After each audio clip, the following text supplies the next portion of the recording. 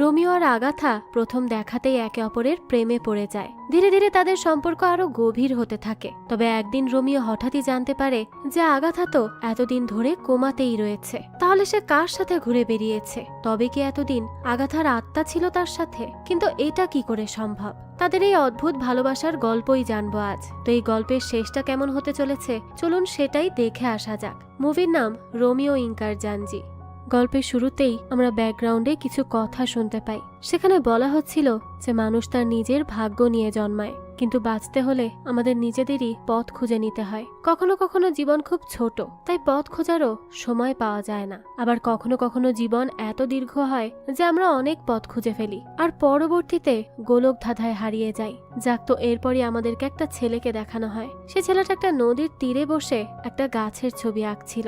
আর এই ছেলেটিই হলো আমাদের আজকের গল্পের নায়ক, যার নাম রোমিও। দৃশ্য পরিবর্তন হয় আর আমরা একটা ঘরের দৃশ্য দেখতে পাই, যেখানে একজন মেয়ে ঘুমিয়েছিল। আর এই মেয়েটি হচ্ছে আমাদের আজকের গল্পের নায়িকা আগাথা। তো এরপরই দেখা যায় আগাথা ঘুম থেকে উঠে ঘর থেকে বের হয়ে ডাইনিং রুমে যায় আর ফ্রিজ থেকে পানি বের করে খেতে থাকে। তারপরে সে তার বাবা দাদির সাথে কিছুক্ষণ ঝগড়াও করে। এরপরই চলে যায় তার রুমে। এখান থেকে আমরা বুঝতে পারি আগাথার সাথে তার বাবা আর দাদির সম্পর্ক খুব একটা ভালো নয়। তাদের মধ্যে সারাক্ষণই কথা কাটাকাটি লেগেই থাকে। এরপরে দৃশ্য পরিবর্তিত হয়। আমরা দেখতে পাই আগাথা সেই নদীর পাড়ে গিয়েছে, যেখানে বসে রোমিও ছবি আঁকছিল। তো সেই নদীর পাড়ে গিয়েই আগাথা বেশ কিছুক্ষণ নিস্তব্ধ হয়ে থাকে। তারপরই হঠাৎ তার চোখ পড়ে রোমিওর উপর। রোমিও তখন আগাথাকে দেখতে পায়। তখন আগাথা রোমিওকে উদ্দেশ্য করে বলে, তুমি কি করছো? এটা ব্যক্তিগত সম্পত্তি। তখন রোমিও আগাথাকে বলতে থাকে যে দুঃখিত, আমি আসলে জানতাম না, তবে আপনার চিৎকার করার কোনো প্রয়োজন নেই। এই বলেই সে সেখান থেকে চলে যাচ্ছিল।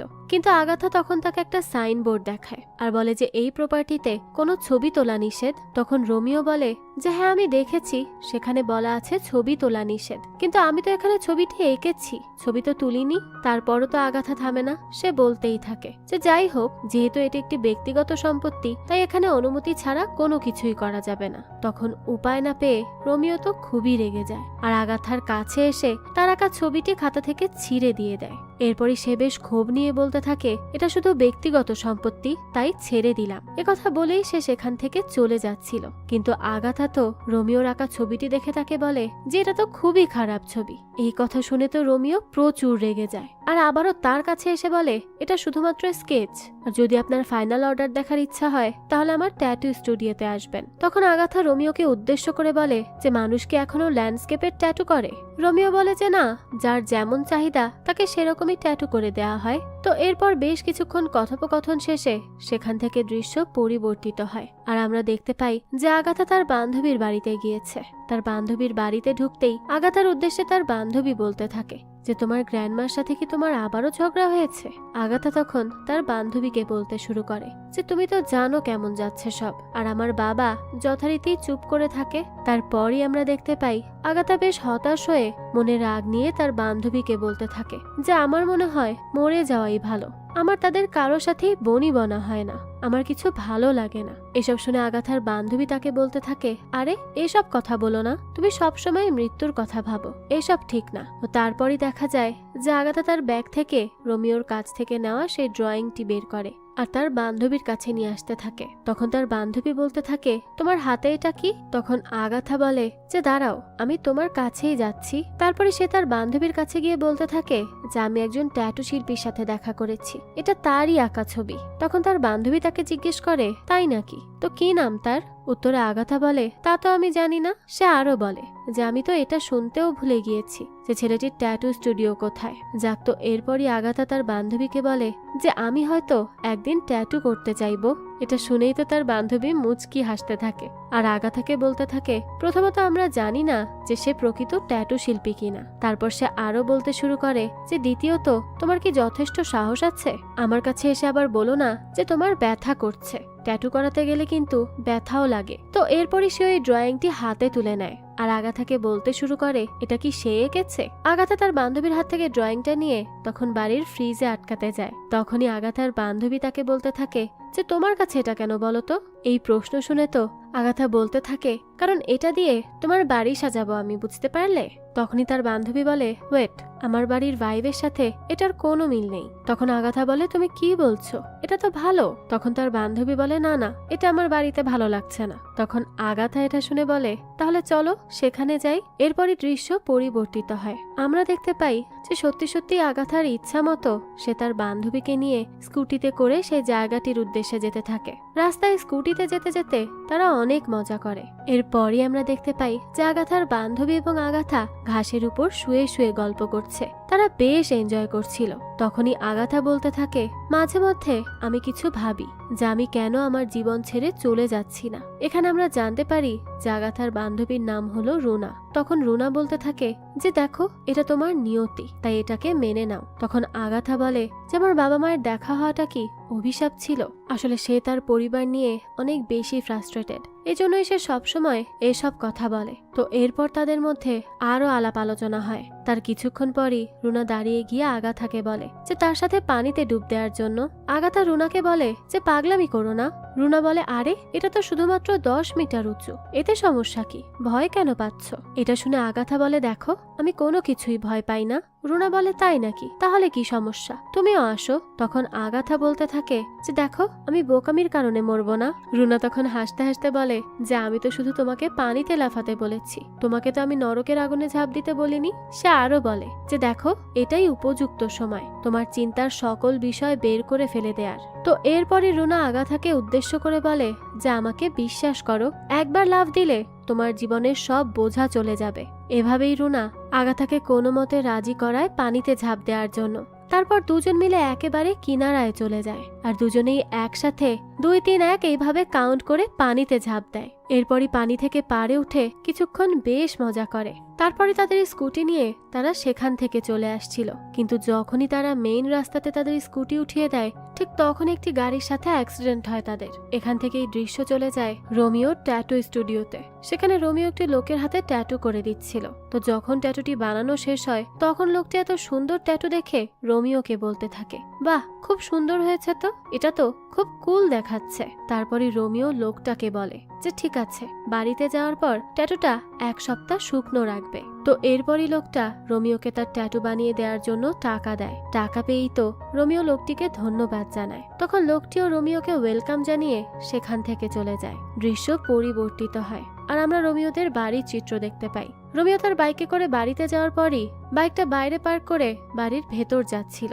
আর তখন দেখা যায় বাইরে তার মা উঠোন ঝাড়ু দিচ্ছে। তার মাকে দেখেই সে বলে, হাই মম, এটা বলেই সে বাড়ির ভেতর চলে যায়। তারপরই আমরা দেখতে পাই রোমিও তার ব্যাগে কিছু কাপড় ঢুকিয়ে নেয় আর আবারও সেখান থেকে চলে যেতে নেয়। তখনই তার মা তাকে বলে যে কি হলো, তুমি আবারও বাইরে যাচ্ছ?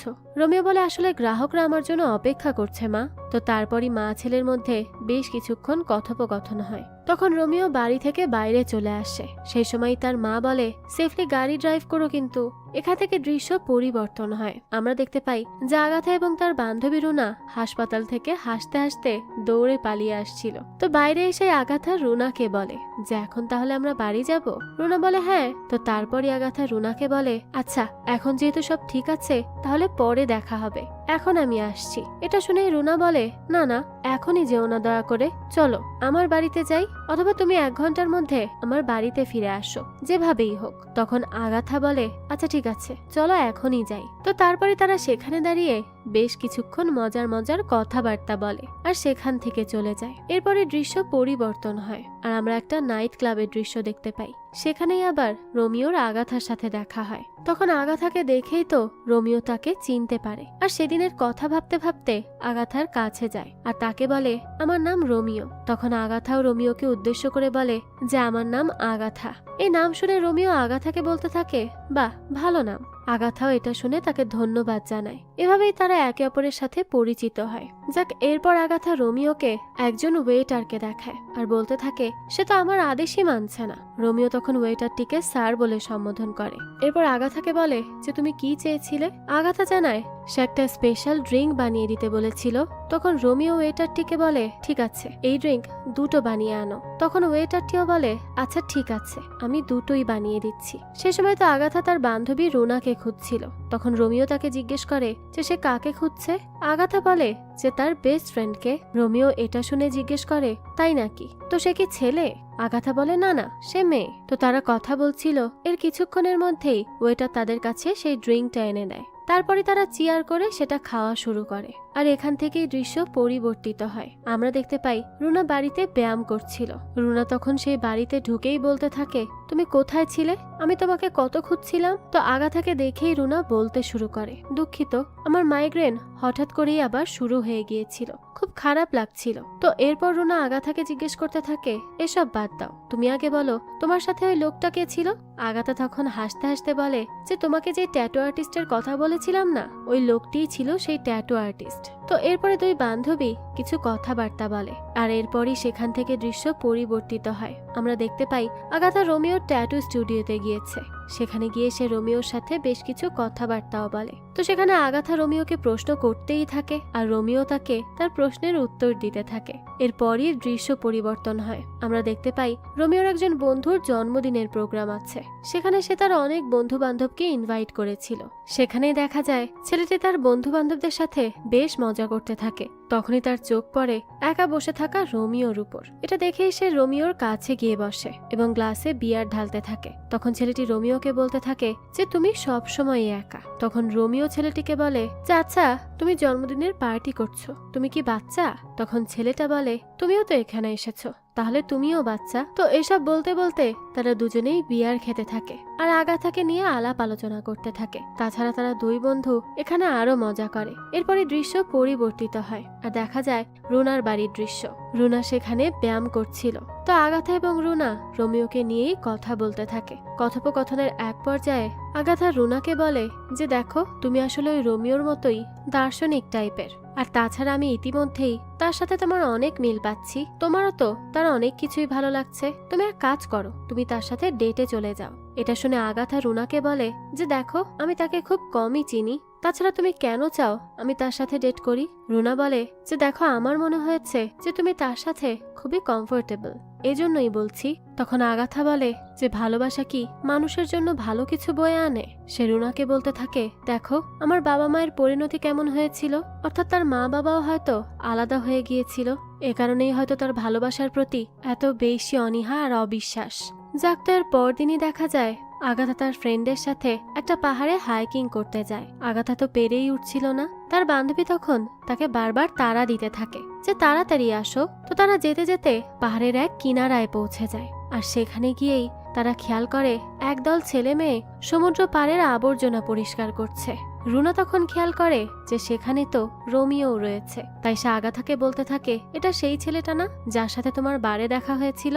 তখন আগাথা বলে, আসলে এই আইল্যান্ডটা খুবই ছোট, যেখানেই যাচ্ছি না কেন এই ছেলেটার সাথেই দেখা হয়ে যাচ্ছে। তো এটা বলেই সে যখন তাকিয়ে থাকে তখন রুনা মুচকি মুচকি হাসতে হাসতে বলে, যাও তাহলে কালকের কথাটা আজ শেষ করে আসো। এটা বলেই সে সেখান থেকে চলে যেতে থাকে। আগাথা তো তখন তাকে বলতে থাকে, রুনা প্লিজ দাঁড়াও, আমাকে রেখে যেও না। তো সে যখন উঠে যাচ্ছিল তখনই দেখা যায় পিছন থেকে এসে রোমিও তার হাত ধরে টান দেয় আর বলে, হাই, তুমি এখানে কি করছো? তো সে আসলে নিচ থেকেই আগাথাকে খেয়াল করেছিল, তাই উপরে চলে এসেছে। তখন আগাথা তাকে বলতে থাকে, তুমি এত সকালবেলা এখানে কি করছো?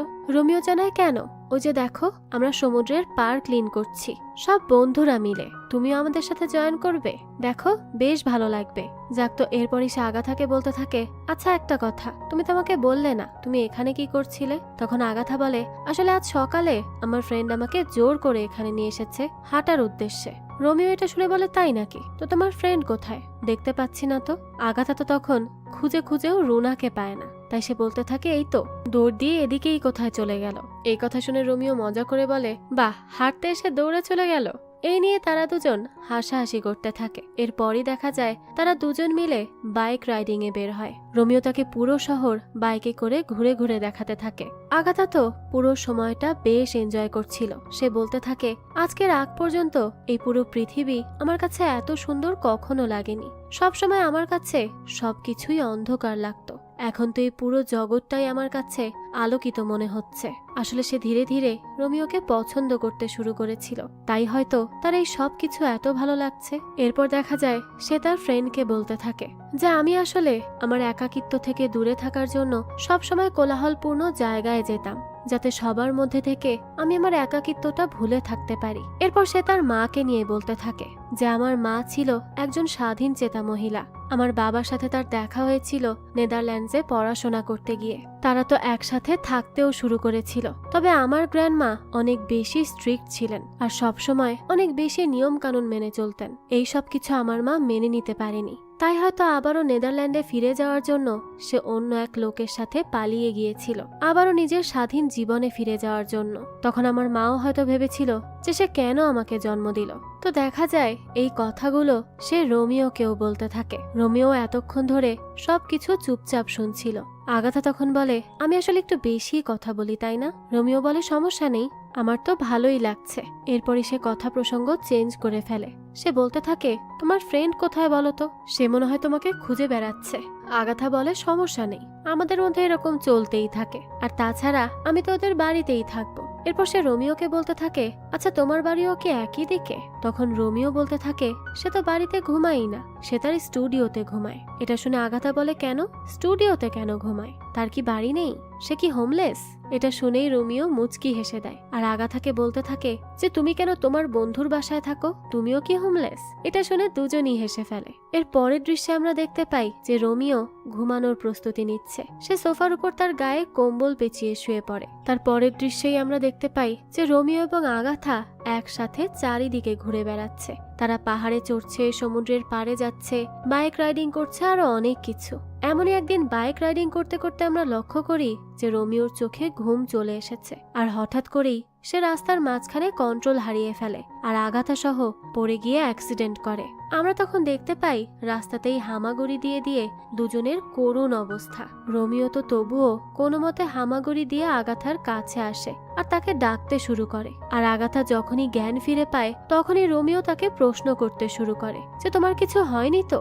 আগাথা বলে, না না, আমি ঠিক আছি। তখনই সে দেখতে পায় যে রোমিওর হাতে বেশ বড় ক্ষত হয়েছে। তাই সে বলতে থাকে, তোমার হাত থেকে তো রক্ত ঝরছে। রোমিও বলে, আরে ইটস ওকে, কোনো সমস্যা নেই। তখন দেখা যায় সে রাস্তা দিয়ে একটা গাড়ি যাচ্ছিল। আগাথা তখন গাড়িটিকে দেখে রাস্তার মাঝখানে গিয়ে হেল্প হেল্প বলে সাহায্য চাইতে থাকে, কিন্তু গাড়িটি সেখানে কোনো মতেই থামে না। তখনই আগাথা গাড়ির সন্ধানে এদিক ওদিক ছোটাছুটি করছিল। তো এই করতে গিয়েই সে এক পর্যায়ে পড়েই যায়। তখন রোমিও সাথে সাথে তাকে কোলে তুলে নেয় আর ধীরে ধীরে সামনে যেতে শুরু করে। তখন আগাথা রোমিওকে উদ্দেশ্য করে বলতে থাকে যে আমি তো নিজেই হাঁটতে পারবো। রোমিও বলে, দেখো তোমার আঘাত লেগেছে, আমি নিয়ে যাচ্ছি, চলো। এরপরই আগাথা রোমিওকে বলে যে তো মোটরসাইকেলটার কি হবে? রোমিও বলে, সমস্যা নেই, আমার ফ্রেন্ড আরিয়া এটা দেখাশোনা করবে। তারপরে আগাথা বারবার বলতে থাকে, আমি হাঁটতে পারবো, আমাকে নামিয়ে দিলেই হচ্ছে। কিন্তু রোমিও তো তাকে তার কোল থেকে নামতেই দেয় না। সে অনেক কেয়ার করে তাকে নিয়ে যেতে থাকে আর এই ব্যাপারটা আগাথারও বেশ ভালো লাগে। তো তারপরে রোমিও আগাথাকে কোলে নিয়ে তার বাড়িতে চলে আসে। এখান থেকে এই দৃশ্য পরিবর্তন হয় আর আমরা দেখতে পাই রোমিও এবং আগাথা রুনার বাড়িতে যায়। তখনই আগাথা রোমিওর জন্য ফার্স্ট এইড বক্স আনে। এর মধ্যেই রোমিও আবার দেখে ফেলে যে রুনার বাসাতে তার আঁকানো সেই ছবিটা রয়েছে। তাই সে আগাথাকে বলতে থাকে যে তোমার ফ্রেন্ড আমার বানানো কুৎসিত ছবিটা রাখার পারমিশন দিয়েছে। আগাথা তো এটা শুনে আর কোনো কথাই বলে না, সে শুধু রোমিওকে পানি খেতে দেয়। পানির গ্লাসটি হাতে নিয়ে রোমিও তাকে ধন্যবাদ জানায়। ধীরে ধীরে দুজনই দুজনকে পছন্দ করতে শুরু করে দিয়েছে। তো রোমিও তাকে জিজ্ঞেস করতে থাকে, তার মানে তুমি এখানেই থাকো প্রতিদিন? আগাথা বলে, হ্যাঁ এখানেই থাকি, আর এখন তুমি আমার সম্পর্কে জানবে, আমি তোমাকে আমার ব্যাকগ্রাউন্ড সম্পর্কে জানাবো। এটা শুনে রোমিও আগাথাকে বলতে থাকে যে আমি প্রার্থনা করছি যে তুমি যেন বাড়ি যাওয়ার একটা কারণ খুঁজে পাও। যাক, তো এরপরে আগাথা রোমিওর হাতের ক্ষতস্থানে ওষুধ লাগাতে চায়। তখনই রোমিও আগাথার কাছ থেকে ওষুধটা নিয়ে নিজে লাগাতে যায়, কিন্তু আগাথা তাকে সেটা করতে দেয় না, বরং সে রোমিওকে বলতে থাকে আমাকে তোমার হাতটা দেখাও, আমি ওষুধ লাগিয়ে দিচ্ছি। এরপরই রোমিও তার ক্ষতস্থানটা আগাথার দিকে বাড়িয়ে দেয়। আগাথাও রোমিওর ক্ষতস্থানে ওষুধ লাগানো শুরু করে। এরপর সে রোমিওকে বলতে থাকে এটা একটু জ্বালা করবে কিন্তু। রোমিও বলে, আমি জানি, কিন্তু যখনই ওষুধটা ক্ষতস্থানে পড়ে তখনই তো জ্বালা শুরু করে। আর রোমিও হালকা চিৎকার করে ওঠে। তখন এটা দেখেই তো আগাথা হেসে দেয় আর রোমিওকে বলতে থাকে যে আমি আস্তে আস্তে দিচ্ছি। তো এরপরই আগাথা বেশ যত্ন সহকারে রোমিওর হাতে ওষুধটি লাগিয়ে দেয় আর বলতে থাকে যে আমার বাড়িতে যাওয়ার জন্য তুমি কি কোনো কারণ খুঁজে বের করতে পারলে? সে তাকে আরো প্রশ্ন করে যে তুমি এখনো তো আমাকে বলনি যে কেন তুমি তোমার বাড়ি ছেড়েছো। তো তো সেখান থেকে দৃশ্য পরিবর্তন হয় আর আমরা দেখতে পাই রোমিও তার বাড়িতে গিয়েছে। রান্নাঘরে তার মা রান্না করছিল। বাড়িতে ঢুকেই সে তার পুরাতন কাপড়গুলো ব্যাগ থেকে বের করে রাখে আর বাড়িতে থাকা কাপড়গুলো ইস্ত্রি করা শুরু করে। তারপরে রান্নাঘর থেকে বেরিয়ে এসে তার মা বলতে থাকে যে গতকাল আমার শরীর ভালো ছিল না, তাই আমি কাপড় ইস্ত্রি করতে পারিনি, এখন আমাকে দাও, আমি করে দিই। রোমিওর মা তখন কাপড় ইস্ত্রি করতে করতে রোমিওকে বলতে থাকে যে যদি তুমি এটা নিয়ে রাগ করো যে তোমার বাবা তোমার মাকে আর তোমাকে রেখে চলে গেছে, তাহলে তুমি কেন তোমার মায়ের সাথে থাকো না? কেন আমাকে একা রেখে যাও? তুমিও কি আমার উপর বিরক্ত? তখন রোমিও পানি খেতে খেতে তার মাকে বলে যে আমি কেন বিরক্ত হব, তবে আমি বুঝতে পারি না যে তুমি কেন সবসময় আমার সিদ্ধান্তগুলোকে সমর্থন করো, তুমি তো আমাকে উৎসাহিতও করো। এসব শুনে তার মা খুব খুশি হয়। তো তখন আমরা দেখি রোমিও আসলে এই সবকিছু আগাথাকে বলছিল। সে আরো বলতে থাকে যে আমার বাবা তো নতুন জবের পাশাপাশি একটা নতুন গার্লফ্রেন্ডও পেয়েছিল, তাই সে মাকে ছেড়ে চলে গিয়েছিল। আর সবচেয়ে আশ্চর্যের বিষয় কি জানো, আমার মা আমার বাবার দ্বিতীয় বিয়েতে গিয়েছিল। আমি বুঝতে পারি না সেই সবকিছু কিভাবে সহ্য করেছে। তো এই সব কথা শুনে আগাথা রোমিওকে বলতে থাকে যে তুমি এখন কি চাও? তখন রোমিও উত্তরে বলে যে আমি আমার মাকে বলতে শুনতে চাই যে আমি আর এসব সহ্য করতে পারছি না। আমার মা এতদিন ধরে সবকিছু চুপচাপ সহ্য করে এসেছে, এখন তো অন্তত বলুক যে সে কিছু সহ্য করতে পারছে না। সে সবসময় নিজেকে স্ট্রং দেখাতে চায়, কিন্তু তারও তো কষ্ট হয়। আমি চাই সে সেটা প্রকাশ করুক। তো এখানে তারা দুজন মিলে ডিল করে যে তারা উভয়ই তাদের সমস্যার সমাধান করবে। তারপরে আমরা দেখতে পাই যে কথা বলতে বলতেই তারা একে অপরের কাছাকাছি চলে আসে। এখান থেকেই দৃশ্য পরিবর্তন হয় আর আমরা দেখতে পাই যে আগাথা চুপি চুপি রুনার বাড়িতে ঢুকেছে আর তার ভেজা জুতোগুলো বারান্দায় শুকোতে দিয়ে সে নীরবে দরজাটা লাগিয়ে দেয়। তখনই রুনা ঘর থেকে বেরিয়ে আসে আর আগাথাকে বলতে থাকে যে প্রিন্সেস তুমি কি করছো? তখন আগাথা উত্তরে বলে যে কিছু না। তখনই রুনা এবং আগাথা রোমিওকে নিয়ে কিছু মজার কথাবার্তা বলে। এক পর্যায়ে রুনা আগাথাকে বলে যে তুমি তোমার মনের কথা শোনো। তারপরে আগাথা বলতে শুরু করে যে আমার মনে হচ্ছে রোমিও এমন একজন যাকে আমি পছন্দ করে ফেলেছি। এ কথা শুনেই তো রুনা চিৎকার করতে থাকে আর বলতে থাকে আমি তোমার জন্য সত্যি খুব খুশি। এটা বলেই সে আগাথাকে জড়িয়ে ধরে। তারপর তারা আরো কিছুক্ষণ মজার মজার কথাবার্তা বলে। দৃশ্য পরিবর্তন হয় আর আমরা দেখতে পাই আগাথা ঘুমিয়ে গিয়েছিল। তার কিছুক্ষণ পরেই সে ঘুম থেকে উঠে নিচে নেমে আসে আর রুনাকে খুঁজতে থাকে। তখনই সে দেখতে পায় রুনা লিখে গেছে যে তোমার সুখ আমার কাছে সবকিছু, তবে দুঃখিত আমি তোমার সাথে থাকতে পারছি না, আমাকে তাড়াতাড়ি চলে যেতে হলো। এই বার্তাটি দেখেই আগাথা মুচকি মুচকি হাসে। তারপরে সেখানে সে আর অক্ষরের একটা লকেট পায় যেটা মূলত রুনারই ছিল। তারপরে দৃশ্য পরিবর্তিত হয়। আমরা দেখতে পাই আগাথা এবং রোমিও একটা পাহাড়ের চূড়ায় গিয়ে সূর্যাস্ত দেখছিল। যাক, এরপরই দৃশ্য চলে যায় রোমিওর বাড়িতে। সে তার বাড়িতে খাবার রান্না করছে। ঠিক তখনই তার মা দায়া নামের একটা মেয়ের সাথে তাদের বাড়িতে আসে। তারা সেখানে খাবার টেবিলে বসে অনেক মজা করে। তার কিছুক্ষণ পর রোমিও তার মাকে উদ্দেশ্য করে বলে যে মা, আজকে আমাদের বাড়িতে একজন বিশেষ অতিথি আসছে। রোমিওর মা জিজ্ঞেস করে কে এসে? রোমিও তখন আগাথার কথা জানায়। এটা শুনে দায়া বলে এই আগাথা আবার কে? রোমিও বলে যে সে আমার গার্লফ্রেন্ড। এ কথা শুনেই তো দায়ার মন খারাপ হয়ে যায়। তাই সে বলতে থাকে যে যেহেতু অতিথি আসছে সেহেতু তাদের মনে হয় খাবারে অসুবিধা হবে, তাই সে চলে যাচ্ছে। তখন রোমিওর মা বলে পর্যাপ্ত খাবার রয়েছে, কোনো সমস্যা নেই। কিন্তু দায়া অজুহাত দিয়ে সেখান থেকে উঠে চলে আসে। বাইরে এসেই সে কাঁদতে শুরু করে। এ দেখে আমরা বুঝতে পারি যে দায়া রোমিওকে পছন্দ করত। তাই সে আগাথার কথা শুনে মন খারাপ করে সেখান থেকে চলে আসে। এরপর সে চলে যায় রোমিওর সেই বন্ধুর কাছে। তখন তার বন্ধু দায়াকে সান্ত্বনা দেয় আর বলে যে রোমিও তো আগাথাকে পছন্দ করে, সে তার সাথে রাতও কাটিয়েছে, তবুও কি তুমি তাকে চাও? এবার ওর কথা মাথা থেকে ঝেড়ে ফেলো তো। তো এসব কথা শুনে দায়ের মনটা কিছুটা ভালো হয়। তাই সে সবকিছু ভুলে গিয়ে আবারও তার বন্ধুদের সাথে আড্ডায় মেতে ওঠে। কিন্তু যখন দায়া বাড়ি থেকে কাঁদতে কাঁদতে বেরিয়ে আসছিল তখন আগাথা তাকে দেখে তার পিছু পিছু আসে আর চুপি চুপি দায়া এবং রোমিওর বন্ধুর সব কথা শুনে নেয়। তাই সে রোমিওর সাথে দেখা না করেই বাড়িতে চলে আসে আর চুপচাপ শুয়ে পড়ে। দৃশ্য পরিবর্তিত হয়। আমরা দেখতে পাই যে রোমিওর ট্যাটুর স্টুডিওতে তার বন্ধু এসেছে। তখন আবার রোমিও একজনকে ট্যাটু এঁকে দিচ্ছিল। রোমিওর বন্ধু তখন ভিতরে এসে রোমিওর সাথে দায়াকে নিয়ে কথা বলা শুরু করে। সে বলে কালকে সে খুব কষ্ট পেয়েছিল যখন সে আগাথার কথা শুনেছে। তো এরপর সে রোমিওকে আরো জিজ্ঞেস করে যে সে আগাথাকে কেন পছন্দ করে, সে কেমন মেয়ে। এটা শুনে রোমিও বলে সে এখন এই ব্যাপারে বলতে পারবে না, কারণ দোকানের ভেতরে কাস্টমার রয়েছে। রোমিওর বন্ধু বলে সে তো একজন বিদেশি, তুমি যা বলছো তার একটা শব্দও সে বুঝতে পারবে না, তাই বলো। তখনই সে লোকটিকে তাদের আঞ্চলিক ভাষায় বলে যে সে কি কোনো কিছু বুঝছে। তখন লোকটি বলে যে হ্যাঁ, সে বুঝছে। রোমিওর বন্ধু তো তখন খুবই বিব্রতকর পরিস্থিতিতে পড়ে যায়, আর রোমিও তখন তার এই কাণ্ড দেখে হাসতে থাকে। তখনই দেখা যায় রোমিওর বন্ধু সেখান থেকে চলে যায়। দৃশ্য পরিবর্তন হয়, আর আমরা দেখতে পাই যে রোমিও আগাথার বাসায় এসেছে। সে তাকে জিজ্ঞেস করে সে কেন গতকাল আসেনি। তখন আগাথা বলতে থাকে যে রোমিও, তোমার কি কোনো গার্লফ্রেন্ড আছে? রোমিও বলে তুমি কি বলতে চাচ্ছ? এরপরই সে গতকালের দায়ার ঘটনাটি বলতে শুরু করে। সে বলে যে দায়া রোমিওকে পছন্দ করে, কিন্তু রোমিও বলে যে আমার তো তার প্রতি কোনো অনুভূতি নেই, আমার অনুভূতি শুধু তোমার জন্য। তো এরপরই তাদের দুজনের মধ্যে গতকালের সেই বিষয়টি নিয়ে ঝগড়া হয়ে যায়। দৃশ্য পরিবর্তন হয়, আর আমরা দেখতে পাই সেই নাইট ক্লাবের দৃশ্য, যেখানে দায়া ড্রিঙ্ক করছিল। তারপরে সেখানে রোমিওর বন্ধু আসে, আর তারা একে অপরের সাথে কুশল বিনিময় করে। তখনই আমরা দেখতে পাই যে রোমিও একটা কোনায় বসে আছে।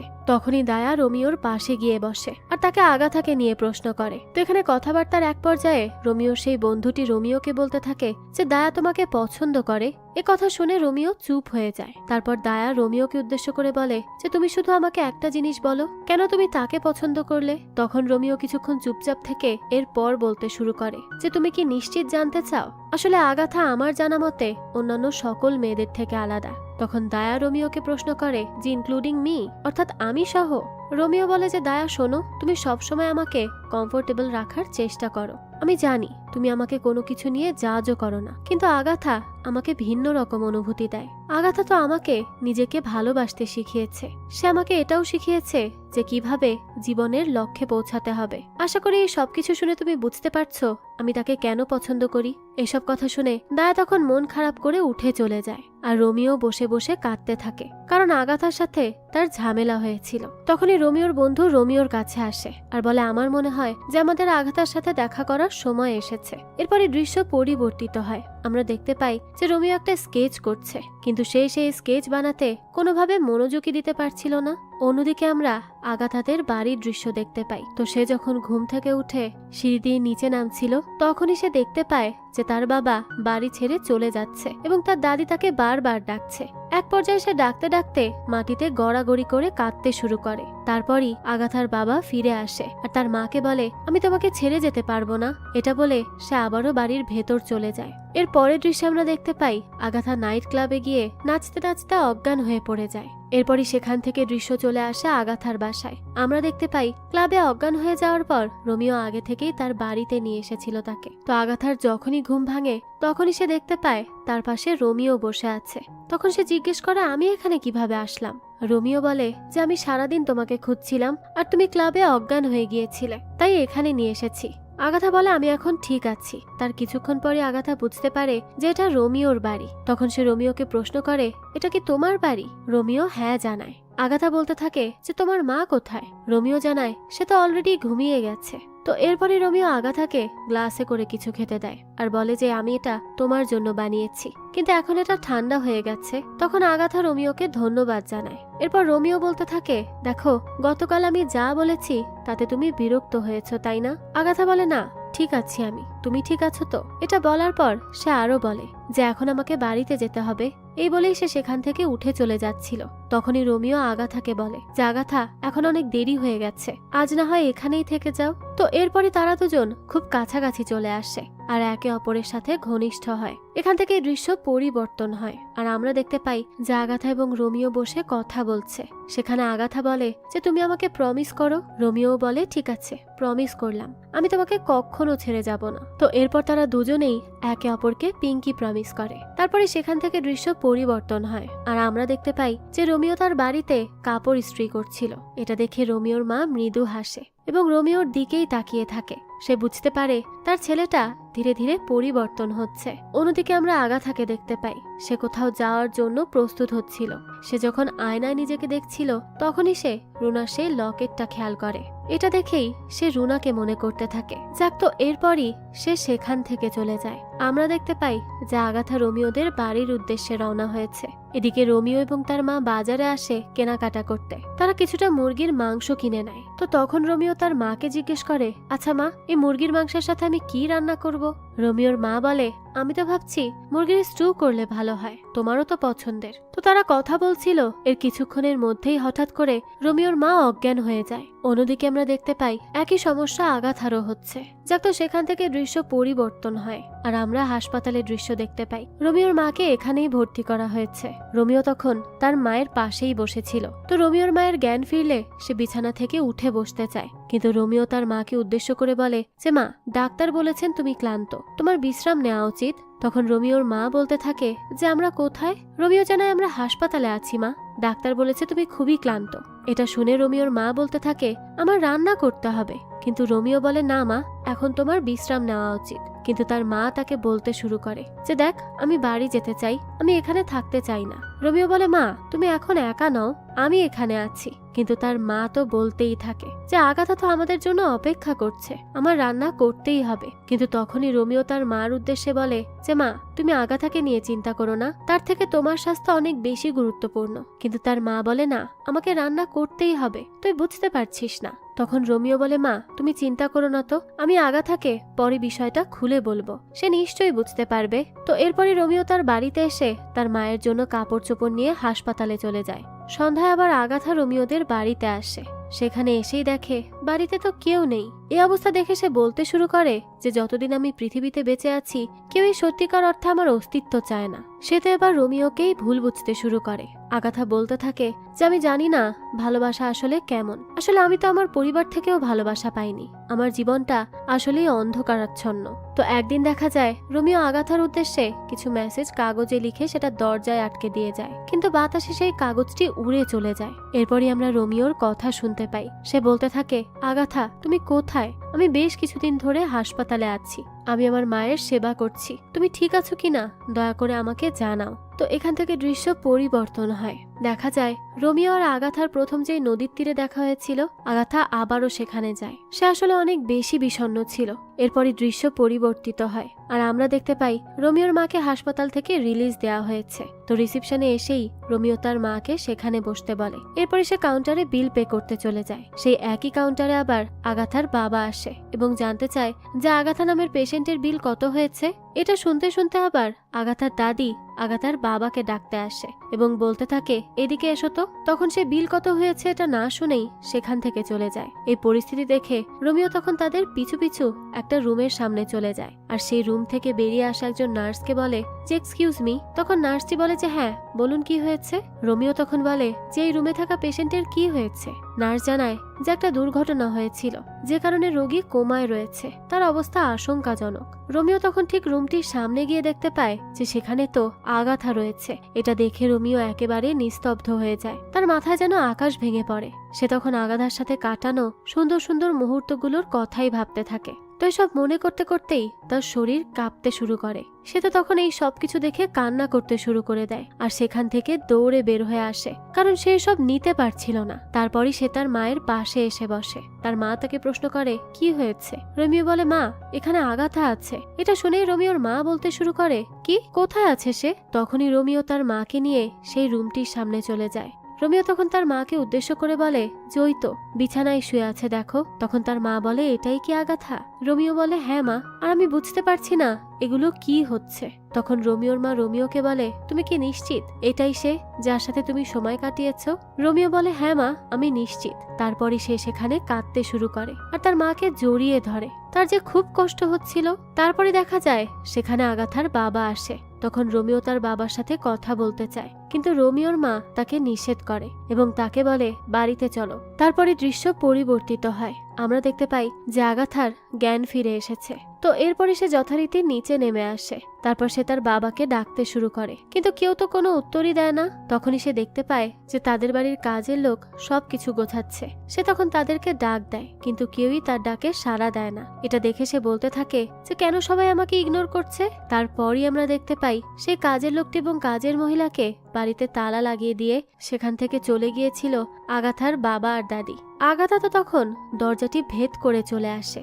সে তো এটা দেখেও অবাক হয়ে যায়। দরজা ভেদ করে বের হয়েই সে যখন দরজার দিকে তাকাতে যায় তখন একটা গাড়ি তার উপর দিয়ে চলে যায়, কিন্তু তার কিছুই হয় না। এটা দেখেই সে ভাবতে থাকে এটা কি হচ্ছে। তখন রুনা তাকে ডাক দেয়। তারপর পাশে তাকাতেই সে রুনাকে দেখতে পায় এবং তাকে জড়িয়ে ধরে বলতে শুরু করে, তুমি কি দেখলে এটা কি হলো? তখন রুনা বলতে শুরু করে, আগাথা আমার কথা শোনো, তোমার কিছু জানা দরকার। তোমার সেদিনের কথা মনে আছে যেদিন আমরা 10 মিটার উপর থেকে পানিতে লাফ দিয়েছিলাম? সেদিন আমরা যখন ফিরেছিলাম তখন আমাদের একটা গাড়ির সাথে অ্যাক্সিডেন্ট হয়। তুমি এখনো জানতে না সেদিন কি হয়েছিল। সেদিন অ্যাক্সিডেন্ট হওয়ার পর তোমাকে উদ্ধার করা হয়, তবে তুমি কোমায় চলে যাও, কিন্তু আমি মৃত্যুবরণ করি। এই সব কিছু দেখে তো আগাথা জ্ঞান ফিরে পায়। সে তখন তাকে হাসপাতালে আবিষ্কার করে। তারপরই সে হাসপাতালে রুনার দেখা পায় এবং সে তার সাথেই কথা বলছিল। সেই রুনাকে বলছিল যে রোমিও তাকে প্রমিস করেছে সে তাকে একসেপ্ট করবে, যাই হোক না কেন। তখন রুনা বলে, এটা এতটাও সহজ নয়, তুমি তাকে সময় দাও। তখন আগাথা রুনাকে বলে যে আমি সবাইকে দেখতে পাচ্ছি, শুধু তাদের স্পর্শ অনুভব করতে পারছি না। তখন রুনা তাকে বলে, দেখো তুমি শান্ত হও, তোমাকে দ্বিতীয় সুযোগ পাওয়ার জন্য নির্বাচিত করা হয়েছে। কথা শোনার পরই আগাথার আত্মা আবারও তার শরীরে ফিরে আসে। এখান থেকে দৃশ্য পরিবর্তন হয়। আমরা দেখতে পাই যে রোমিও একটা স্কেচ করছে, কিন্তু সে সেই স্কেচে কোনো প্রকার মনোযোগ দিতে পারছে না। তারপরই সেখান থেকে দৃশ্য পরিবর্তিত হয় আর আমরা দেখতে পাই রোমিও তার বন্ধুর সাথে বসে আছে। সেখানে তার বন্ধু রোমিওকে উদ্দেশ্য করে বলতে থাকে, এটা পাগলামি, আমি আসলে কিচ্ছু বুঝতে পারছি না, এটার কোনো মানেই হয় না। তুমি কি আসলেই তাকে দেখেছো? সেখানে আবার দায়া ছিল, সেও বলে যে আমিও বুঝতে পারছি না। তখন রোমিওর বন্ধু আবারও বলতে থাকে যে তাহলে সে এতদিন ভূতই ছিল।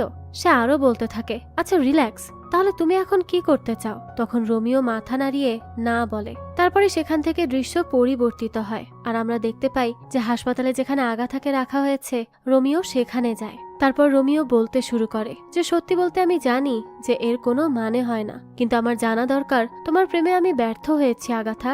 এটা কি অযৌক্তিক? আমাদের দেখা হওয়ার কারণ কেউ আমাকে ব্যাখ্যা করতে পারবে না, অথবা কেন আমি তোমার উপস্থিতি অনুভব করতে পারলাম সেটাও আমি জানি না। হয়তো এটাই ঈশ্বরের আমাকে বলার উপায়। সত্যিকারের ভালোবাসা আসলে শারীরিক বিষয়ের বাইরেও হয়। এ কারণেই হয়তো আমাদের দেখা হয়েছিল, এমন ভাবে হয়েছিল যা মানুষের বোধগম্যতার বাইরে। তুমি সেখানে সশরীরে ছিলে না, কিন্তু তবুও আমি তোমাকে ভালোবেসেছি। এরপরে দৃশ্য পরিবর্তিত হয়। আমরা রোমিওদের বাড়ির দৃশ্য দেখতে পাই। রোমিওর মা রোমিওকে খাবার উঠিয়ে দিচ্ছিল। তখন রোমিওর কণ্ঠে আমরা শুনতে পাই যে সবকিছুই দ্রুত এবং যুক্তির বাইরে চলে গেছে। এটা শুধুমাত্র অস্থায়ী ছিল। অবশেষে আমি বাস্তবতাকে আরো সহজে মেনে নিতে সক্ষম হয়েছি। তারপরে দৃশ্য পরিবর্তিত হয়। আমরা দেখতে পাই যে এখন আগাথা সুস্থ। তার বাসায় তার বাবা তাকে ঘুম থেকে উঠিয়ে দিয়ে সকালের খাবার এনে দেয়। তারপরই সে খাবার খেতে শুরু করে। তখন তার বাবা বলে, কেমন লাগছে? সে জানায় খুব মজা হয়েছে। এরপর সে জিজ্ঞেস করে, কে বানিয়েছে? বাবা জানায়, তোমার দাদি। তখন তার বাবা তাকে বলতে শুরু করে যে তোমার দাদি তোমার ফিজিওথেরাপি সেশনে তোমার সাথে আসতে চান। আগাথা হইতে রাজি হয়ে যায়। তারপরে আমরা দেখতে পাই তাকে তাদের বাড়ির বাগানে হাঁটার প্র্যাকটিস করানো হচ্ছিল। এরপরে দৃশ্য পরিবর্তিত হয়। আমরা দেখতে পাই যে রোমিও তার মায়ের সাথে হাসপাতালে গেছে। সেখানে যাওয়ার পরই সে দেখে আগাথা যেই রুমে থাকতো সেই রুমটিকে খালি করে দেয়া হয়েছে। তখন তার মা রোমিওকে বলে যে আগাথা কোথায়? রোমিও বলে আমি জানি না। তখন তার মা বলে, আমরা তাহলে নার্সের কাছে শুনে নেই। তখন রোমিও বলে যে সে হয় কোমা থেকে জেগে উঠেছে অথবা চিরতরে চলে গেছে। সে যা চেয়েছিল তা ইতিমধ্যেই পেয়ে গেছে। সে সবসময় বাড়ি যেতে চেয়েছে, তো চলো আমরাও যাই। তারপরে আমরা দেখতে পাই আগাথা রুনার বাড়িতে আসে আর বলতে থাকে, রুনা আমি তোমাকে খুব মিস করছি। তারপরে সে পুরো বাড়িটি ঘুরে ঘুরে দেখতে থাকে আর তাদের পুরনো স্মৃতিগুলো মনে করতে থাকে। তখনই সে বাড়ি থেকে বের হয়ে এসে তার বাবাকে উদ্দেশ্য করে বলে যে আমি সম্পূর্ণ সুস্থ হয়ে উঠলে কি এখানে থাকতে পারবো? তার বাবা বলে অবশ্যই পারবে। এটা শুনেই তো সে আনন্দে তার বাবাকে জড়িয়ে ধরে। এখান থেকেই দৃশ্য পরিবর্তন হয়। আমরা রোমিওকে সেই নাইট ক্লাবে বসে ড্রিঙ্ক করতে দেখি। এখন দেখা যায় রোমিও ঠিক তার আগের মতোই তার কাজকর্মগুলো চালিয়ে যেতে থাকে। তো একদিন হঠাৎ করেই দেখা যায় রোমিওর ট্যাটু স্টুডিওতে আগাথা আসে। তাকে দেখেই তো রোমিও থ হয়ে দাঁড়িয়ে থাকে। তারপরে আগাথা রোমিওর কাছে এসে রুনার বাড়িতে থাকা ছবিটি দেখায় আর বলে যে সেই ট্যাটুটি করতে চায়। তখন আগাথা রোমিওর উদ্দেশ্যে বলে যে তুমি পারবে তো? রোমিও বলে যে হ্যাঁ পারবো। তবে সে আগাথাকে প্রশ্ন করে যে সেই ট্যাটু স্টুডিওই কেন বেছে নিয়েছে। আগাথা বলে সে জানে না, সে র্যান্ডমলি এই দোকানটি পছন্দ করেছে। তখন আগাথা প্রশ্ন করে কেন? রোমিও বলে না, এমনিই জিজ্ঞেস করলাম। এরপর রোমিও বলতে থাকে, আচ্ছা তোমার নেকলেসটিতে আর অক্ষরটি কেন আছে? আগাথা জানায়, এটা আমার বেস্ট ফ্রেন্ড রুনার, যে এখন আর এই দুনিয়াতে নেই। যাক, তো এরপরে কথাবার্তা শেষ করে রোমিও আগাথার হাতে ট্যাটু করা শুরু করে। আর সে বলতে থাকে যে আমি আসলে ভেবেছিলাম যে আমাদের ভাগ্য হয়তো একসাথে লেখা নেই, তবে ভাগ্য আমাকে আরো একটা সুযোগ দিয়েছে। এবার আমি আমার সমস্ত প্রতিশ্রুতি রাখবো, আমি আর কখনো তোমাকে ছেড়ে যাব না। আর এখানেই এই গল্পটা শেষ হয়ে যায়। আচ্ছা, এখানে এই গল্পটা আর একটু সংক্ষেপে বলে দিই। রোমিও আর আগাথা দুজনেই তাদের জীবনে ভালোবাসার অভাবে ভুগছিল, আর তাদের দুজনেরই জীবনটা বেশ এলোমেলো ছিল। আর সেদিন ওই লেকের ধারে দেখা হওয়ার পর থেকে দুজনই দুজনকে নিজেদের অবচেতন মনেই পছন্দ করে ফেলেছিল। আর তাই হয়তো আগাথার ওই অ্যাক্সিডেন্টের পর সে কোমায় থেকেও তার আত্মা সবসময় ছিল রোমিওর সাথে। আর এভাবেই তারা একে অপরকে প্রচন্ড ভালোবেসে ফেলে। আর এই জন্যই হয়তো আগাথা কোমা থেকে ফেরার পর নিজের অজান্তেই সোজা চলে যায় রোমিওর কাছে। ডেস্টিনি হয়তো তাদেরকে আবারও দ্বিতীয় সুযোগ দিয়েছে। এবার রোমিও আগাথাকে আর হাতছাড়া করবে না, সে এবার তার সব প্রমিস পূরণ করে তাকে নিজের করে নিবে। যাক, এই তো ছিল একটা অদ্ভুত সুন্দর ভালোবাসার গল্প। এই গল্পটা আপনাদের কাছে কেমন লেগেছে সেটা অবশ্যই আমাদেরকে কমেন্ট করে জানাবেন। যদি এতটুকু ভালো লেগে থাকে তাহলে একটি লাইক দিয়ে যাবেন। আর হ্যাঁ, আমাদের এই চ্যানেলে কিন্তু প্রতিনিয়তই নতুন নতুন ভিডিও আপলোড করা হয়। সেই সব ভিডিওর আপডেট পেতে আমাদের চ্যানেলটিকে সাবস্ক্রাইব করে বেল আইকনে অল দিয়ে রাখতে কিন্তু ভুলবেন না। আর একটা কথা, আপনারা আমার মতো মুভি লাভারদের জন্য আমরা নিয়ে এসেছি সুলভ মূল্যে নেটফ্লিক্সের সাবস্ক্রিপশন, যেটি পেয়ে যাবেন আমাদের ফেসবুক পেজ এইচবি শপে। পেজের লিংক ডিসক্রিপশন বক্সেই দেওয়া আছে। আজকে তাহলে এই পর্যন্তই, আবারও হাজির হব নতুন কোনো ভিডিও নিয়ে। সেই পর্যন্ত সবাই ভালো থাকবেন আর আমাদের চ্যানেলের সাথেই থাকবেন। ধন্যবাদ।